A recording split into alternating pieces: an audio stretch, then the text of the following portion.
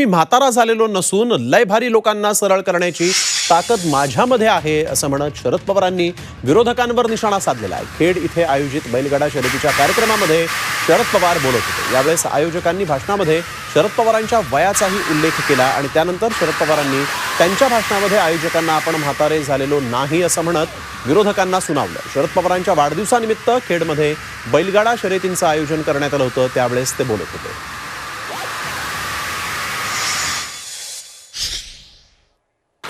एक तक्रार माझी तुम्हाला लोकांच्या बद्दलची आहे आणि ती तक्रार तुम्ही सगळ्या भाषणामध्ये मी 1400 वर्षाचा झालो, मी 43 वर्षाचा झालो, काय तुम्ही माझं बघितलं अजून?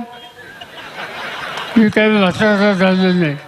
लई भाजी लोकांना सुद्धा सरळ करण्याची ताकद ही माझ्यामध्ये आहे, तुम्ही काही चिंता करू नका। लाल मातीतली कुस्ती म्हणजे